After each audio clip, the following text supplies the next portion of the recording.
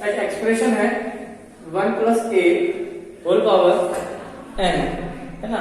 इस एक्सप्रेशन की n plus 1 term होगी, कितनी होगी? n+1 जितनी पावर है उससे एक ज्यादा होगी। तो n प्लस 1 प्लस ए की पावर n की टर्म कितनी होगी? n प्लस 1 टर्म होगी। n प्लस 1 में कोई 3 टर्म लेनी है, कोई भी 3 टर्म। कोई भी 3 टर्म का मतलब है कि किसी कंटिन्यूअस होनी चाहिए, या तो 4 5 6 9 8 9 10 इस तरह से कंटिन्यूअस होना चाहिए ना। तो उनके कोफिशिएंट जो है उनका रेशियो यहाँ पे दिया हुआ है नियर, समझना। ये जो टर्म दी है ना, तो जो भी 3 टर्म मान लेते हैं कि हमारी टर्म जो है वो एक है आर टी आर माइनस 1 है एक टर्म, इसका रेशियो इसके कोफिशिएंट का, इस टर्म के कोफिशिएंट का, और टी आर का और टी आर प्लस 1 का, इनके कोफिशिएंट का जो रेशियो है वो किसके इक्वल है? इस तरीके से, ठीक है। अब टी आर 1 कौन होगा, टी आर कौन होगा, टी आर प्लस 1 कौन होगा? ये जो टर्म है, टर्म फाइंड करने का दिक्कत था, पर अपन क्या करें, टर्म फाइंड करना है। तो टी आर, अब प्लस 1 के फॉर्म में लिखना होता है इसको, इसके फॉर्म में +1, तो -2 + 1 कर देते हैं। आर की वैल्यू क्या हो जाएगी आपकी? r-2 है ना। और इसका फार्मूला क्या था? पहले मैंने formula R T R plus 1 का फार्मूला क्या होता है? NCR x, यदि हम यहाँ पे x रखें, ठीक है, मान लेते हैं x है, तो x कितना हो जाएगा? n माइनस आर, और a की वैल्यू है a की पावर r। ये फार्मूला होता है ना। अब r प्लस 1 के फॉर्म में लिखना है r माइनस 1 को, तो क्या लिखेंगे? टी आर -2 + 1 आ गया। तो सॉल्व करेंगे तो -1 ही आएगा। आगे n की वैल्यू कितना होगा? n ही होगा। n की वैल्यू कितना है? n है। c की वैल्यू क्या होगी? c 7, r-2 क्लियर होगा। x की वैल्यू 1 है, तो 1 n minus n minus r-2 r-2। a की वैल्यू कौन है? a की पावर r-2 हो गई। क्लियर है यहाँ तक? सो थोड़ा सा हम और सही करते हैं। t r-1 सॉल्व कर लिया इसको, है ना। nc r-2 1 की कोई भी पावर हो, तो इसका मतलब है यहाँ पर देखते हैं तो क्या आएगा? a की पावर r-2 हो गया। टी आर -1 की वैल्यू मिलेगी। अब इसका कोफिशिएंट टी आर -1 का कोफिशिएंट कौन होगा?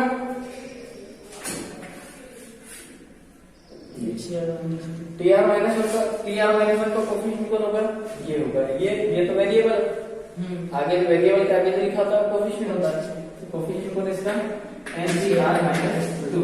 तो क्या लिखेंगे? The coefficient of term r-1 is equal NCR-2 हो गया। क्लियर हुआ। अब हम बात कर रहे हैं टीआर। टीआर ये सेम वैल्यू रखेंगे, +1 की फॉर्म में लिखना है, तो क्या हो जाएगा? टीआर -1 + 1। तो अब यहाँ पे आर की वैल्यू क्या जाएगी? r-1 हो गया। अब ये r-2 थी, अब क्या हो जाएगी? r-1। ये वाला फार्मूला इसको NC r-1 लिखना है, 1 की जगह भी n r-1 और a की वैल्यू क्या हो जाएगा? r-1। ठीक है, इससे का मतलब है तो क्या हो जाएगा? r t r, जो r नंबर की जो टर्म है, क्योंकि कंटिन्यूअस लेना है, तो एक r + 1 r + -1 r और r + 1 हो गया। तो ये कितना आ जाएगा? NC r-1। ये तो पूरा 1 है, तो 1 रहेंगे, इससे मतलब ही नहीं रहेगा। कोफिशिएंट ऑफ टीआर तो क्या है? NCR r-1। टीआर -1 का कोफिशिएंट ये है और टीआर का कोफिशिएंट ये। क्लियर हो गया? यहां तक समझ में आ गया। अब T R minus one, T R हो गया, अब आएगा T R plus one, T R plus one. T R plus one को कैसे लिख सकते हैं? ये तो आर प्लस वन के फॉर्म में है ही सही, इसको तो कोई आपको चेंज करनी है, जैसे यहाँ पे चेंज करा, यहाँ पे चेंज करा तो डायरेक्ट वैल्यू ही है, तो हम क्या करेंगे, यहाँ पे वैल्यू पुट कर सकते हैं। क्या हो जाएगा?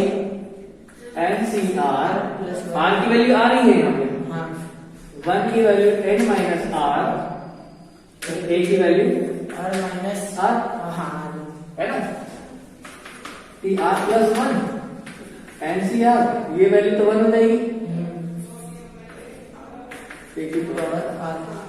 तो coefficient of T R plus one NCR, NCR हो गया। ये इक्वेशन नंबर थर्ड।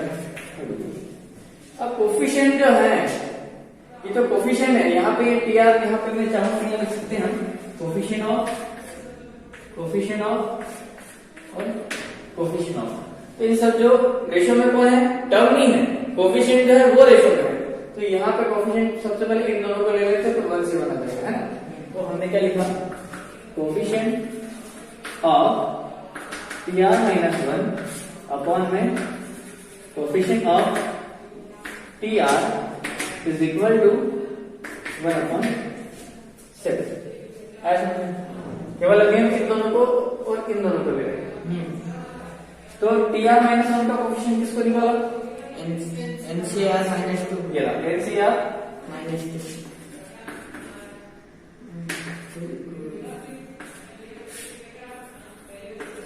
और एनसीआर टी आर का क्या है? NCR minus one,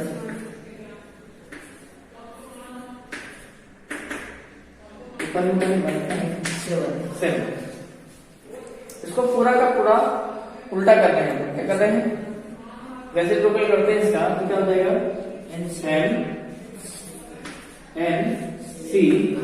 are minus one और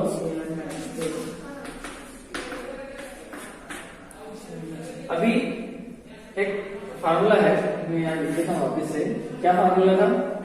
N C R upon N C R minus one is equal to क्या था? N minus R minus one upon are.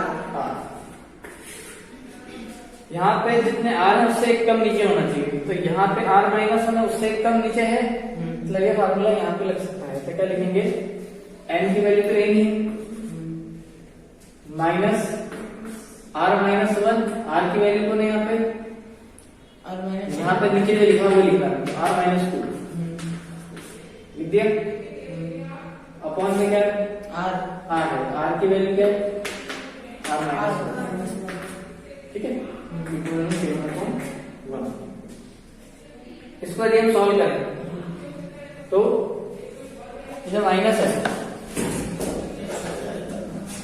तो यहाँ पे क्या बचता है अपने पास में? R minus N minus R minus two upon R minus one equal में 7/1। यहाँ पे क्रॉस मल्टीप्लाई करते हैं, वन का इस पूरे के साथ करेंगे तो एन माइनस आर, माइनस का जब मल्टीप्लाई हो जाएगा तो minus R plus two equal 7 का आर मल्टीप्लाई 7 आर, 7 का 1 मल्टीप्लाई माइनस 7। सो सॉल्व कर लेंगे हम, सबको इधर लेके आ जाते हैं, वेरिएबल वाले को 1 minus R minus 7 R equal to minus 7 और माइनस 2। सॉल्व करेंगे तो n माइनस 8 आर इक्वल क्या आ जाएगा? माइनस का इक्वेशन नंबर 4। क्लियर है? अब अभी हमने किसको लिया था?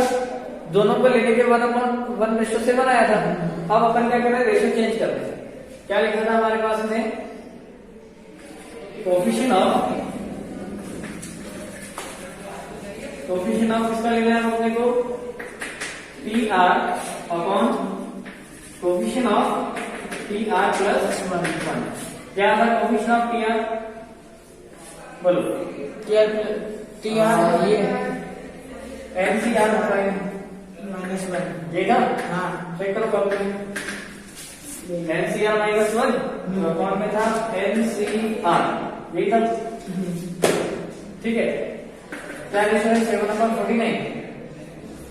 क्वेश्चन में क्या रेशियो दिया है अपने पास में 42 है, 42 हो गया।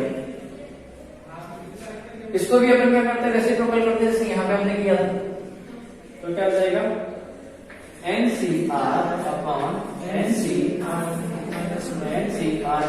Plus 1 minus is equal to 7, 42 upon 7। यहाँ तक समझ में आ गया। अब ये वापस से यही फार्मूला यहाँ पे यूज कर सकते हैं। तो क्या हो जाएगा, ये सेम है, तो n minus r upon r is equal to 42 upon 7। Clear हो गया। सॉल्व कर सकते हैं इसको, है ना। अब इसको भी जैसे यहाँ पे क्रॉस मल्टीप्लाई किया था इसका, वैसे इसमें भी क्या कर लेते हैं, क्रॉस मल्टीप्लाई कर लेते हैं।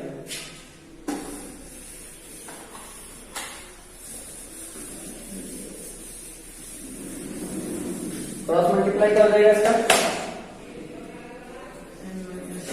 n minus r plus 1 is equal to 6r। इसको किधर लिखा जाए, n minus 6r minus r plus 1 is equal to minus 1, n minus 7r is equal to minus 1। Equation number 5। अब फोर्थ और फिफ्थ को सॉल्व करते हैं एलिमिनेशन मेथड। तो क्या है, n minus 8r is equal to minus 9। ये equation number 4 है। सब्ट्रैक्ट कर रहे हैं इक्वेशन नंबर 1 और फिफ्थ और फोर्थ को, साइन चेंज हो जाएंगे, इससे कैंसिल हो गया। r इक्वल कितना हो जाएगा, 8। तो r की वैल्यू कितनी है, 8। इस पर हम जिस टर्म की बात कर रहे हैं वो एक टर्म है 7, 8 और 9। किस टर्म की बात कर रहे हैं, 7, 8, 9 वाली टर्म की हम क्या कर रहे हैं, बात कर रहे हैं। ठीक है, ये टर्म है 7, 8, 9 की बात कर रहे हैं। ठीक है, अब क्या कर रहे हैं, r की वैल्यू निकल गई, n की वैल्यू फाइंड करनी है। क्वेश्चन में ये बोला कि आपको n की वैल्यू फाइंड करनी है, तो r की वैल्यू को 4 या 5 किसी में भी रख सकते हैं। ये 6 कर दिया यहाँ पे, होता है n माइनस 7, r की वैल्यू क्या है, 8 is equal to minus 1। n equal